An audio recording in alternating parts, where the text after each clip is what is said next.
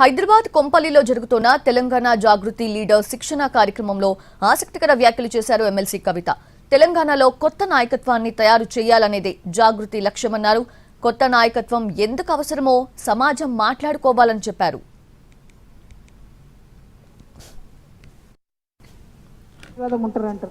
అట్లనే ఇవాళ మనం మంచి పని చేస్తున్నాం.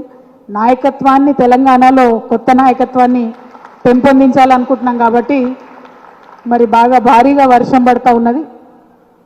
దేవుడు ఆశీర్వాదం అని అనుకోవాలి. అది వర్షంలో కొంతమంది మనోళ్ళు అక్కడక్కడ ఆగిపోయిన వాళ్ళందరూ కూడా అందుకుంటారు తొందరలోనే.